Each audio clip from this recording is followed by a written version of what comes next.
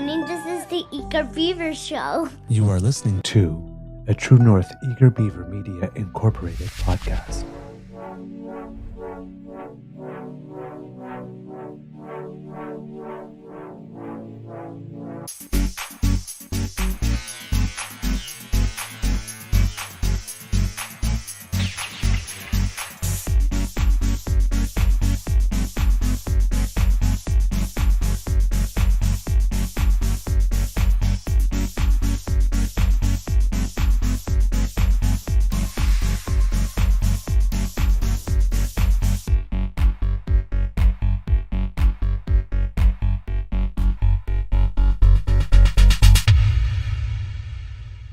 The True North Eager Beaver podcasts are proudly brought to you by our founding sponsors, the Misfit Mysteries from Corvid Moon Publishing, your source for science fiction, fantasy, and cozy mysteries featuring a broad diversity of characters, CanadianTarot.com, your uniquely Canadian online eclectic tarot community, and the Peppermaster, hot pepper sauces made from farm-fresh ingredients to thrill your taste buds and expand your mind.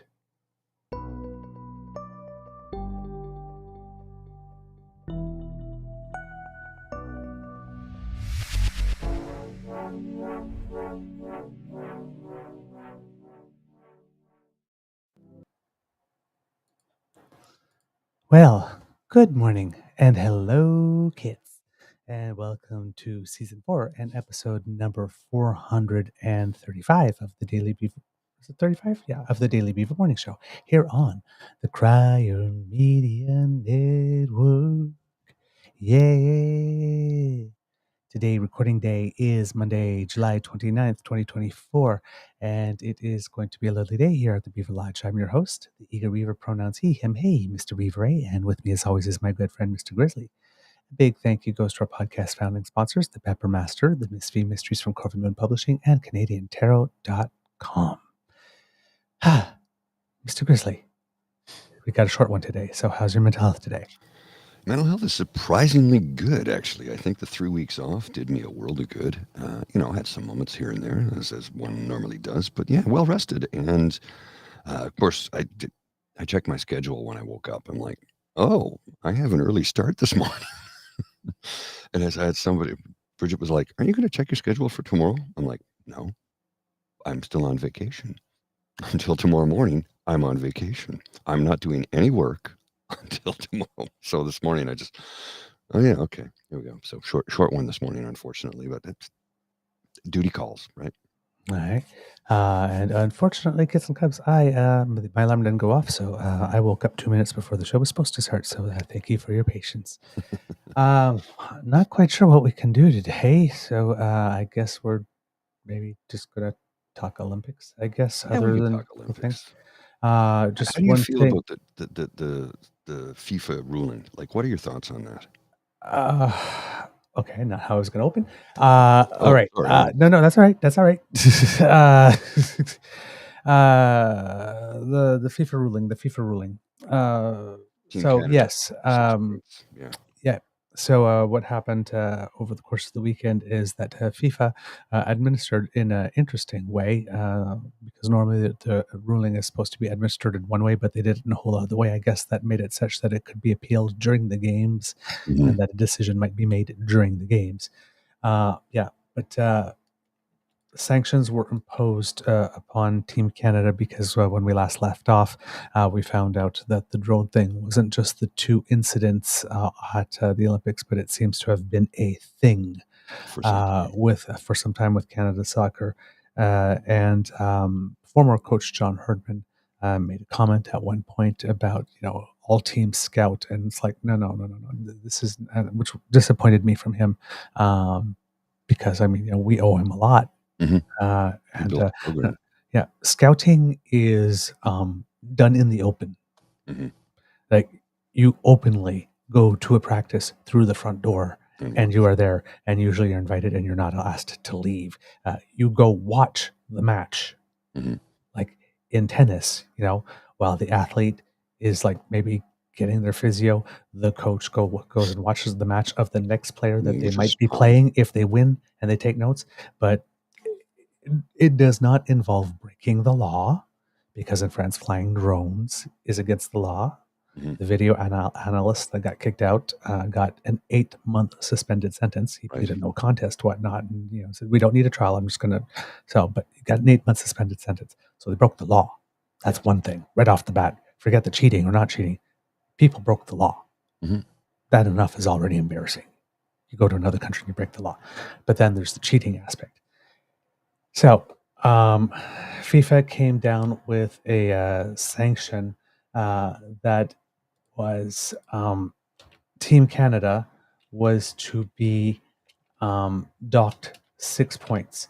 So when I thought they meant, when they were asking that, I thought they meant ranking points. Like if Canada beat New Zealand, they would get some ranking points in the rankings and that.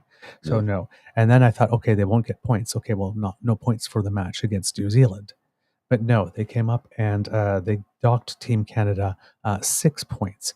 Now, for those who are not familiar, in soccer, if you get a win, you get 3 points. And before you get to the playoffs, the bracket, you're doing pool play and you get 3 matches. So the maximum number of points you can get are 9. And then They started with everybody has minus the 6. same record. Well, not everybody can have the same record, but if you have a tie, Goal differential. Goal differential plays a part in that, right? Plays a part, right. So basically, they created a situation such that Team Canada had to win all 3 matches to have a chance, right? And one of the teams in the pool was the world number 2, France, which means they kind of arranged it so that Team Canada did not have to go home, but really, probably, statistically, couldn't advance because who's going to expect Team Canada to beat France? They did. They did, but who's going to expect it, right? So to me, and then there was other things. They sent Coach Bev Priestman home from the tournament completely, and she's banned for a full year. And then they were fined. The Canada Soccer was fined 200,000 Swiss francs, which I'm not sure what that translates into Canadian dollars. I'd have to take a look at it. About 350. Swiss franc is valued a higher valuation than the U.S. dollar right now. Yeah, it has been absolutely. for some time. So it's a lot of money. Now, here's the thing that I, I talked to a few people about this yesterday, and pardon? You asked me what I thought about it, and I haven't said what I thought about it. But okay, go ahead. Well, I thought you were getting into that. Go ahead. No, I was going to say, I think, honestly, what FIFA should have done was send the team home. Honestly, just, sorry, you're canceled, go home. I think what they did was, look, they cheated. Whether it was the players who were in on it or not is not up for debate. I think, and a lot of people are going to disagree with me here on this, but it's like, no, the team, you win as a team, you lose as a team, you cheat as a team, even if you had no hand in it. Everybody gets painted with the same brush when it comes to sports, right? So, I honestly think they should have just sent the team home. That's my opinion. Yeah. So for me, my take on it is, when that thing happens, you make a decision. So you either send the team home, or you don't send the team home and you explain why and you impose a sanction. So they opted to do the other thing. Now the problem is that if you're going to impose a sanction, it's got to be a consistent sanction. And the problem is that we've also heard that the drone stuff is not exclusive to Team Canada. Right. There have been complaints from other teams, and pre-drone, back in the day, people were frequently caught on rooftops with video cameras.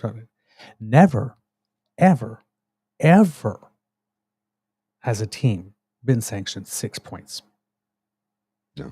So what I think happened here, I think they should have done what the team New Zealand requested, that they don't get the 3 points, let's say, or they don't get the ranking points, and leave it at that, because New Zealand wasn't asking for more. Yes, or they send them home. But what they decided to do is make an example of Canada. And this is something that happens again and again and again to Canada at the Olympics. Ben Johnson, he was the only one doping. He was far from the only one doping, but he was the only one who got caught. And he got caught using a drug. Got caught on a drug he wasn't even using at the time. Stanozolol. He wasn't even using that one. So. Yes. So, but it was 100 meters. It was the marquee event, Mm-hmm. and it wasn't Russia because Sochi. Mm-hmm. What did they do? Oh, Russia, you can't march in under your flag. Do you think Putin cares about that? When somebody wins a gold medal, he just does whatever he does on state's TV, and he's glorified. The athletes were still allowed. China, before this Olympics, I think there were 23 athletes Mm-hmm. that were caught. The whole China swim team is there. Yeah. I guess. But Ben Johnson, I guess, he gets booted. He gets made an example of. And here again, Ross Rebliati. Yeah. Yes, gets made an example of. Eventually, He they did did get his leave him, medal. let him keep his medal because it wasn't on the marijuana wasn't on the list, but they should put it on the list afterwards. Now, did they? Mm-hmm. Yes, and now this. So, Well, and this is the one. This is boy, the one. I Yeah, didn't know that. yeah. My buddy was telling me about that yesterday. I'm like, wait a minute. For people What? listening at home, Kit Carroll put in the chat there's a convicted rapist competing. He raped a 12-year-old. I don't know in what sport or anything like that. But I did learn about that just yesterday. I'm like, yeah. So to me, what I think happened is one is that they tried to make an example of Canada, number one, but number two, FIFA took the cowardly way out because there was a match between Canada and host nation France. mm-hmm. Now, if FIFA had sent Canada home, FIFA would have a problem in Right. that how many goals do they award for matches that are not played? I don't And know since how that New works. Zealand played a match, so they created a situation. So if New Zealand go, hey, wait a minute, and then somebody else, wait a minute, and then somebody else, wait a minute, I guess, and then they created a situation where everybody in France would not get an opportunity to see France play at home. Yeah. And then there were the ratings that come with the number 2 team in the world versus the number 8 team in the world.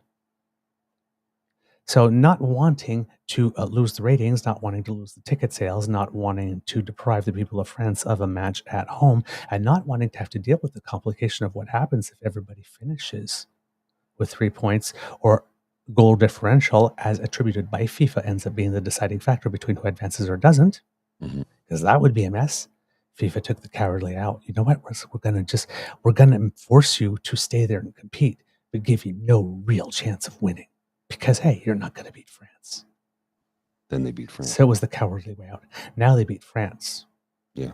And if Canada beats Colombia, they do advance. I know. Because it's crazy.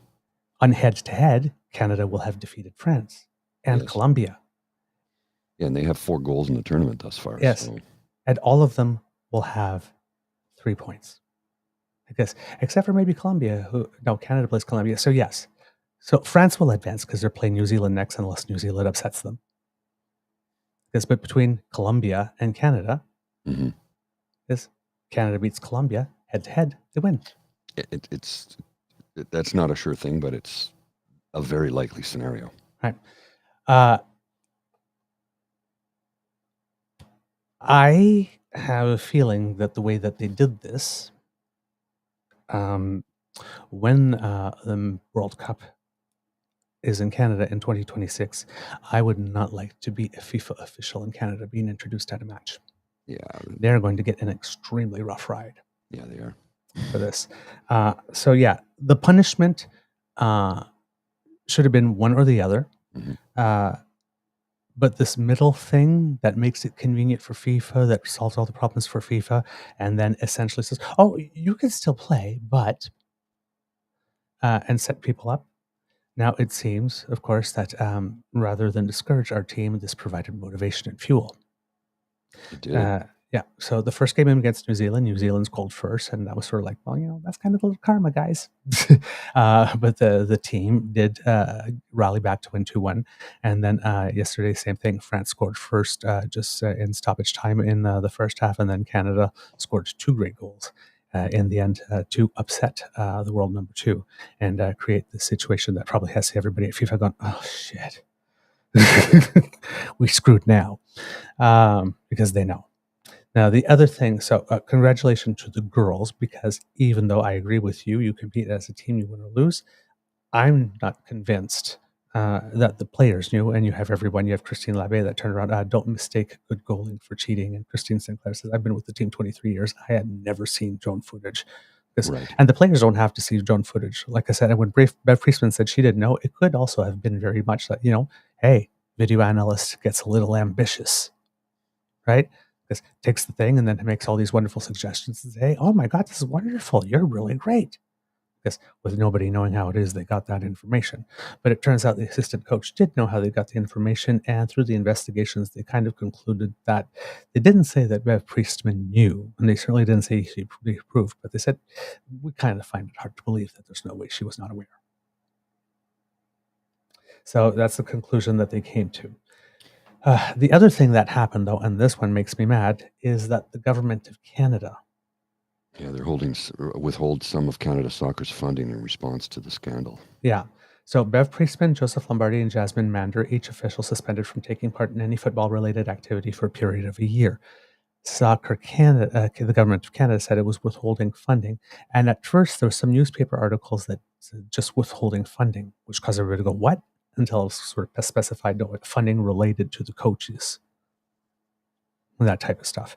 But once again, that part was a decision that the government of Canada did not need to make right now. That could have waited until the end of the tournament. Right. Well, as it turns out, Canada's men's team has also found itself in the crosshairs. Canada Soccer yes, CEO absolutely. says that the men's team has used similar tactics for years. Yes. Including attempts to use drones for spying during its historic run at the Copa America this past summer. So yes. Yep. Yep. So this is like this is ingrained somewhere in the coaching. Like this. So again, place is rotten. Got to clean house. And I don't know what the it is with Soccer Canada. They couldn't do the branding right going into the Men's World Cup. They couldn't do the contract before the women went. And now I do not know what it is with all these official entities doing stuff that interferes with the capacity of the players to actually play their best match. Mm-hmm. That's what I say. There was no urgency for the government of Canada. No. To make that announcement now. FIFA had to make the announcement now because the tournament's going on now and they had to come up with something. But the government of Canada didn't have to throw on to the pile during the tournament. That could have waited. So lots of stupid decisions all around. Yeah. Now, and Craig Forrest agrees with you. By the way, former goaltender for the Canadian national men's team. I guess that they should have been sent home. Part of me thought that even the players, after that decision, because FIFA took the cowardly way out, it's like, take a decision. You can stay or you can go. But don't create this mathematical thing. Yeah, right. And I think it's blown up in their face now, right? Yeah. In FIFA's face. Part of me was thinking, what if the players decided just not to take the pitch? Well, there was I was wondering if that was going to happen, but but here's the thing. But they've trained for 4 years. It looks like they're sportsmanship too, right? Right. By not taking the field. So, right. Exactly. Do you insult your opponent by doing that is the question, right? Like, how do you fix this? Yeah. So the players just go out and play the game and leave all the management up to the management people and let the chips fall where they may, Yeah. So, but the best part about this was the Vanessa. I'm not sure if she goes by Gilles or Gilles because I'm French francophone. Who scored the winning goal yesterday? And kudos to Jesse Fleming, who scored a goal, and a captain who scored a goal in each of the games, and Evelyn Vienne as well in the first game. And I can't remember. Chloe Lacasse scored as well. Oh no, she didn't score in the first game. Jesse Fleming, she got the assist on the Vienne goal.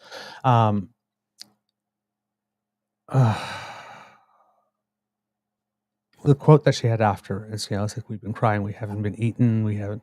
So, the women on the pitch are playing for each other, and they're playing for the love of the sport at the moment. That's it. And they're playing to prove a point. Yeah. Because there was no accusations of cheating on France. So without the video analyst, without an assistant coach, without the main coach, with all this pressure going on, they went to the pitch, and they beat France. Mm-hmm. Clean. Yeah. They are good. Yeah, they're a good team. That's never been up for debate, I don't think. Right. So that's why they had to cheat. I don't get why the coaches. Mm-hmm. There's absolutely no evidence, and not even from FIFA, not even from the Olympic. No, nobody's saying that the players. No, I know. Maybe something will come up later. Who knows? I don't know. But nobody at this point is saying this, and they're not even saying that Priestman knew. They just said, we find it hard to believe that this was going on for this long throughout all over the program, and the coach did not know. Because it was all over the program. Men, women, everybody for years. Management was in on it. It was right through the system. So, something is rotten in the state of Denmark, quite frankly. I think it's time to clean house at Soccer Canada. Yeah. And we've kind of been saying that for a little while now. Oh, yeah. Soccer Canada is a mess. Yeah. And, their head office is like 150 meters from my front door. Yep. Yeah. Canada soccer is a mess. Got to go soon. So, very quickly, Canada, it appears, has 3 medals. There appears that there was one this morning, and I have not seen yet. But in the pool, your Queen Beaver officially declares the Summer Games open.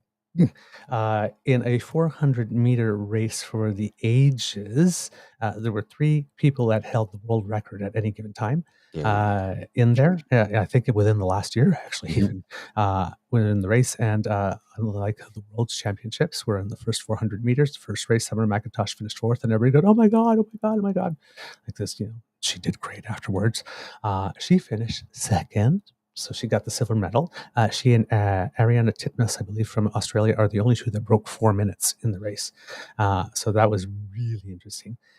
And then yesterday, on the first day, a little bit of history was made in fencing, because there's a Canadian man who defeated the defending Olympic champion somewhere along the way and ended up with a top 8 finish, which was the best result for the Canadian fencing team at the Olympics until yesterday, when the Canadian women's team in the foil in the first round, all 3 of them won, which was kind of interesting. Ooh, something's going on here.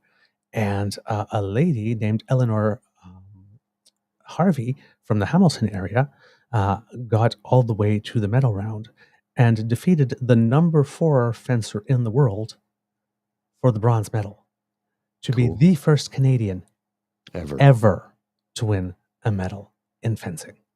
That's pretty cool. So, like when you say you get the surprise medals, and somebody does, so somebody on the men's team did something that was historic, inspires the whole team, boom, you get a medal. And then apparently this morning, I believe it is in diving, that I think 10-meter men's synchronized platform, there was a medal for Canada there, a bronze, and I'm just looking it up quickly to see. It is Canadians Ryan Weens and Nathan Zombor Murray, who won the bronze in 10-meter synchro. So we have a silver and 2 bronze. We also have a 4th place. The women's 4x100 meter relay finished 4th. The men's finished 6th. Maggie McNeil finished 5th.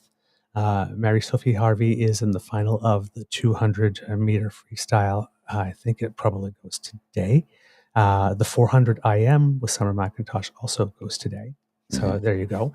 The Canadian Rugby Sevens women's team actually won their first match against Fiji, who are the defending bronze Olympic medalists.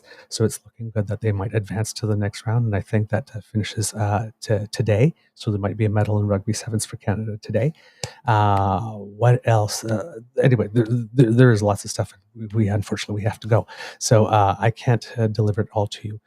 But that's what happened at the Olympics. There is more political news, but we'll have more for you tomorrow, Kids and Cubs, because we'll be able to stay longer. But I have one headline to share quickly. Okay. Very, very quickly, because this is disturbing. Alberta's seasonal firefighters at half of 2023 levels. The workers who do remain are making 22 to 33% less than their counterparts elsewhere in Canada. Yes. And there's the thing, you've got these conservative candidates, and one of them in particularly, who's a wannabe candidate in a riding somewhere, who goes by the name of Tracy Ferron, is basically saying, and if you go to her, do not engage with her. She is unstable. Yeah, I told her as much Wholly unstable and gross. Yeah, I told her, I said, lady, gross. You do not have the intestinal fortitude to be in politics. You are behaving like the narcissist leader of the opposition. You don't have the stomach for this or the temperament. You really should step away from this. Mm-hmm. And she's literally accusing Stephen Guilbeault of having basically, been responsible for burning down the whole village and stuff. She's out of her mind. Completely out of her mind. Very unstable. She actually told a friend of mine, who had helped her husband in palliative care. Mm-hmm. I told her the story, and after that, so, do you think that makes you better than me? This lady needs therapy. Yeah. She does not need to be seeking political office. She needs therapy. They need to take the Twitter machine away from her and put her into psychoanalysis. But these are the types of candidates Yeah. that Pierre Poilievre is attracting. Yeah. Pay attention. Unhinged. Eyes wide open. Yeah. And then Daniel Smith and Barrister. Oh, by the way, Daniel Smith flip-flopped on the payments, by the way. Yeah, I saw that. Yeah. Really damn quick. From And then 7 apparently- days to, we'll get them right away. Yeah, and then posted a picture on Twitter of a mountain area saying Jasper Strong. There was a picture of Banff. Banff. Yeah. So that's how you know the tears weren't real, for she cared so much about the people of Banff. She put up of Jasper that she put up a photo of Banff, which led to a whole bunch of people putting a whole bunch of Jasper Strong photos, like Mount Fuji, and a volcano erupting, and a lighthouse. Banff is about 280 kilometers south of Jasper. It's just yeah. And basically the argument out there is that, well, it's a national park, so that means the federal government failed. It's not how it works. It's called shared responsibility. And the town of Jasper is a municipality, which is a provincial matter. Yeah, like this. And basically, Daniel Smith just said, Jasper, well, it's not a responsibility because it's federal. So she basically did the same thing that Trump did. She basically just took a Sharpie and said, oh yeah, because this happened. Well, the borders are not what the borders are. I gotta go, dude. Yeah. All right, kids and cubs, we're not going to do the full outro, so Mr. Grizzly can go, but you can scan the QR code, coffee, ko-fi.com/eagerbeaver if you would like to help us, and our YouTube page, like, share, and subscribe, because democracy is something that you do. Make sure that you wear some red and white and cheer for Team Canada today. That's your job. All right, Mr. Grizzly, some words of wisdom, please. Hydrate. It's going to be a hot one out there in Canada today, so take care of yourself. We'll see you soon. All right. It could be a tough world out there. Please be kind to and gentle with yourself. Please cue the cock, Mr. You are listening to a True North Eager Beaver Media Incorporated podcast. The True North Eager Beaver podcasts are proudly brought to you by our founding sponsors, the Misfit Mysteries from Corvid Moon Publishing, your source for science fiction, fantasy, and cozy mysteries featuring a broad diversity of characters, CanadianTarot.com, their uniquely Canadian online eclectic tarot community, and the Peppermaster, hot pepper sauces made from farm-fresh ingredients to thrill your taste buds and expand your mind. We are grateful to the Crier Media Network for its support, Pete Jarvis for our artwork, and Paul Joseph Something for our opening and closing sequence music.